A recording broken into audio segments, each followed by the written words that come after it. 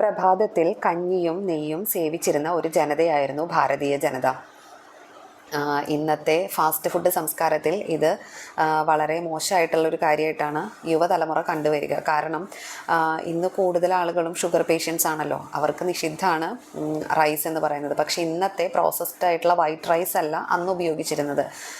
അധികം രാസപദാർത്ഥങ്ങൾ ഉപയോഗിക്കാത്ത ജൈവ കൃഷിയിലൂടെ കൊയ്തെടുക്കുന്ന തവിട് കളയാത്ത അരിയായിരുന്നു പണ്ട് കാലങ്ങളിൽ ഉപയോഗിച്ചിരുന്നത്.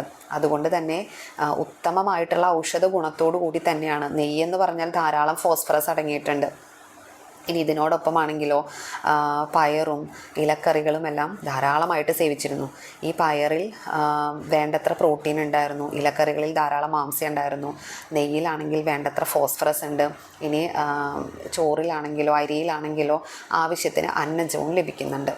ഇനി ഇതെല്ലാം ചേർത്ത് ഇത് വളരെ സാത്വികമായിട്ടുള്ള അല്ലെങ്കിൽ സമീകൃതമായിട്ടുള്ള ഒരു ആഹാരമായിട്ട് തന്നെയായിരുന്നു. പിന്നെ പണ്ട് കാലത്തെ ജനത എന്ന് പറഞ്ഞാൽ ആരോഗ്യകാര്യത്തിൽ വളരെയധികം ശ്രദ്ധ പുലർത്തിയിരുന്നു. അതുമാത്രമല്ല അവർ വളരെയധികം അധ്വാനിക്കുന്നവരായിരുന്നു. അപ്പോൾ ഈ ഭക്ഷണമെല്ലാം കഴിക്കുന്നത് തന്നെ അവരുടെ ഈ കാർബോഹൈഡ്രേറ്റ്സ് ആണെങ്കിലും ഫാറ്റ്സ് ആണെങ്കിലും ധാരാളമായിട്ട് അതവർ യൂട്ടിലൈസ് ചെയ്തിരുന്നു.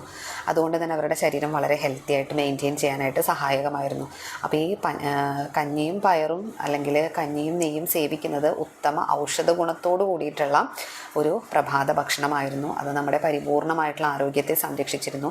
മാത്രമല്ല ഈ കഞ്ഞിയിൽ ധാരാളം വെള്ളം അടങ്ങിയിട്ടുണ്ടല്ലോ. ഇത് ഈ സാത്വിക ഭക്ഷണമായിട്ടുള്ളത് കൊണ്ട് തന്നെ ഇതിൽ ധാരാളം സുലഭമായിട്ടുള്ള വെള്ളം അടങ്ങിയത് കൊണ്ട് തന്നെ നമ്മുടെ രക്തത്തിലൊക്കെ കെട്ടിക്കിടക്കുന്ന വിഷാണുക്കൾ ഉണ്ടായിരിക്കും, ധാരാളം ടോക്സിൻസ് ഉണ്ടായിരിക്കും. പലതരത്തിലും നമ്മുടെ ശരീരത്തിലെത്തുന്ന ടോക്സിൻസിനെ എല്ലാം നീക്കം ചെയ്യാനായിട്ട് ഇത് സഹായിക്കുന്നുണ്ട്. ഇന്നാണെങ്കിലും നമുക്ക് ഈ ഭക്ഷണ രീതിയെല്ലാം ഫോളോ ചെയ്യാം. നല്ലോണം ഡയറ്റ് മീൻസ് എക്സസൈസ് ചെയ്യുന്നവരാണെങ്കിൽ അതുപോലെ ഇതുപോലെ തവിട് കളയാത്ത നല്ല